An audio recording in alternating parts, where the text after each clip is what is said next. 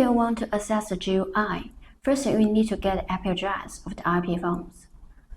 How to get IP address? You can press the OK key to get it and open your browser, then enter the IP address in the URL box. When you finish, press Enter. OK, here you can see the login page of the GUI. Just input the default username and the default password. You can log in the GUI. The default username and the default password are admin. Enter them and we log in. Okay, here you can see the web GUI of the IP phone. You can see the main menu on here, including 7 items: status, account, network, phone, phone book, upgrade, and security. And these menus will be introduced in 3 videos. Today, we will start with the status and account, as well as their submenus. Under the status, there are 2 submenus, basic and Wi-Fi status, and here you can get some basic information of the IP phone. Here you can see the model, MAC address, series number, firmware version of the IP phone. And here you can see the networking information and IPv4.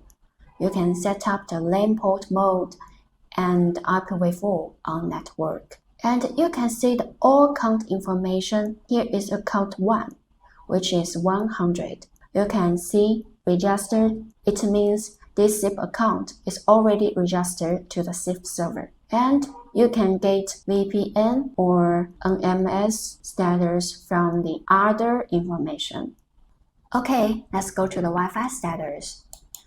In the last video, we mentioned that 664 and 666 IP phones support Wi-Fi and Bluetooth dongle, so you can check the Wi-Fi status from here.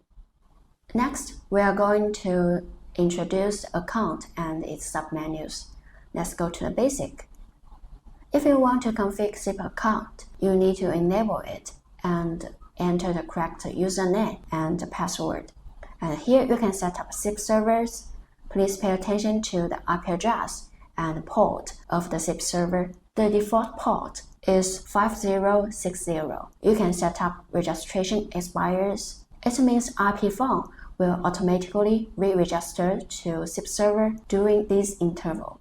Here you can choose the transport type, such as UDP, TCP, and TLS. And you can set net traverser here. And you can enable the VPN preference. Here we can see the SIP parameters. You can choose the SIP account and set service parameters and compatibility parameters.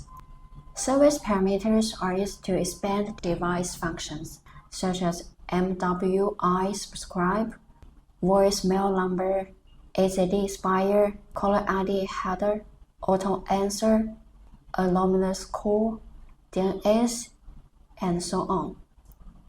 Compatibility parameters are used to be compatible with special scenarios or special servers, such as user agent, PRAC, TLS version, session timer, and so on.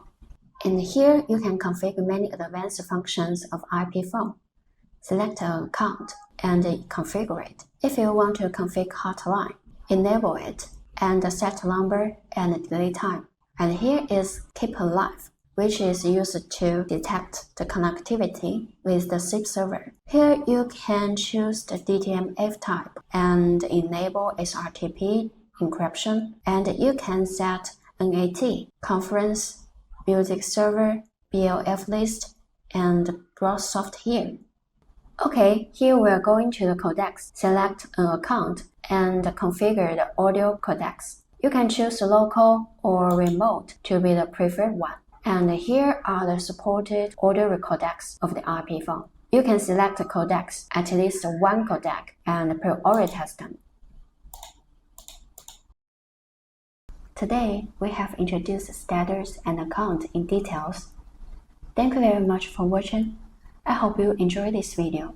Leave us a comment below or contact our technical guy if you have any questions. And don't forget to subscribe to our YouTube channel. Have a great day, and I'll see you in the next video.